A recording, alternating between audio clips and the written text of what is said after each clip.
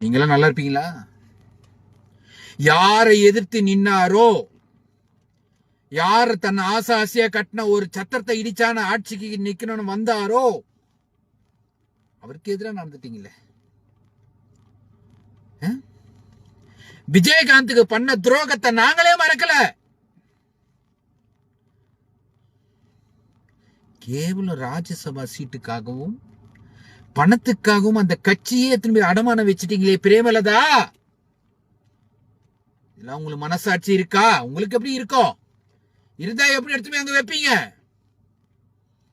அந்த விஜயகாந்த் என்ற ஒரு பேரை அசிங்க பண்ணி அவமானம் பண்ணி குடிகாரன் பொறுக்கி அப்படி இப்படி அது பண்ணா இது பண்ணான்னு சொல்லி சொல்லி சொல்லி அவரை மனசால நோகடிச்சு அவரை சாவடிச்சானுங்களே. அந்த கட்சியில போய் எப்படி சேர உங்களுக்கு மனசு வந்தது? இப்ப தெரியலையா உங்களுக்கு? 42 பேர் செத்தாங்க திமுக சொன்னீங்களே, இப்ப அது தெரியலையா?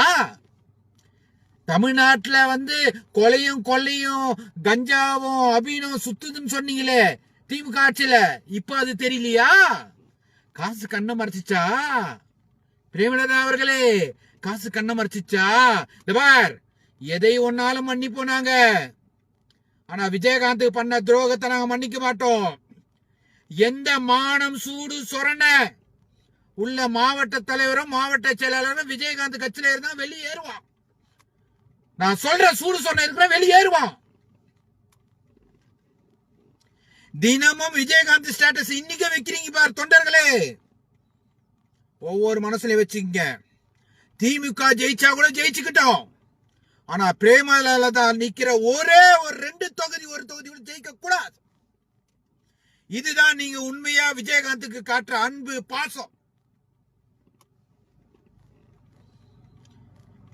ஒரு பேச்சாளர், திமுக இருக்க பேச்சாளர் என்ன சொன்னா, அவெல்லாம் விஜயகாந்த் பொண்டாட்டியா?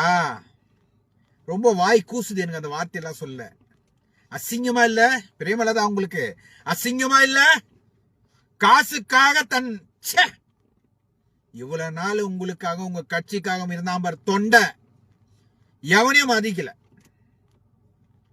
நீங்க சொன்னீங்களே ஒரு வார்த்தை, தொண்டர்கள் ஆசைப்பட்டாங்களாம். எந்த தொண்டர் ஆசைப்பட்டான் சொல்ல?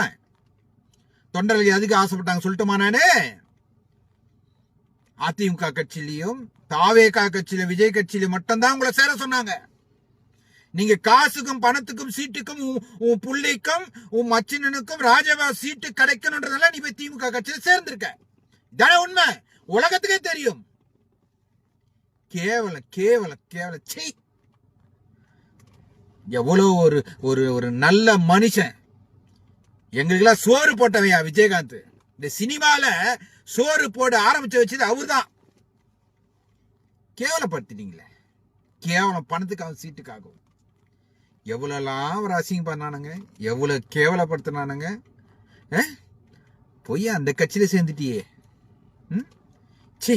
அந்த உண்மையிலேயே அந்த விஜயகாந்த் அவர்களோட ஆன்மா உன்னை மன்னிக்கவே மன்னிக்காது.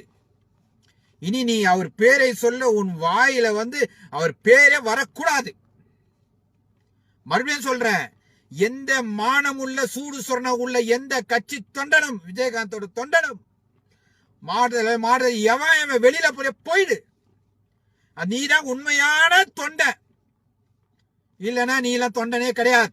எப்ப விஜயகாந்த் அசிங்கப்படுத்தின கட்சியில போய் இவங்க சேர்ந்தாங்களோ அந்த கட்சிக்கு நான் சப்போர்ட் பண்ணுவேன், சீட்டுக்கு ஓட்டு கேட்பேன், நீ போய் நின்னா அப்ப நீ இவ்வளவு நாள் ஸ்டேட்டஸ் வச்சது, நீ இவ்வளவு நாள் அவருக்காக போனது எல்லாமே பொய், எல்லாமே வேஷம்.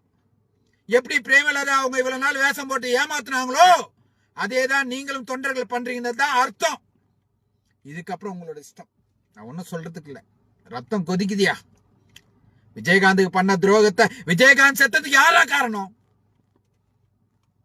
அவர் குடிகாரன் குடிகாரன் குடிகாரன் சொல்லி சொல்லி சொல்லி சொல்லி சொல்லி பொம்பளை அப்படி இப்படி சொல்லி சொல்லி கொன்னது யாரு?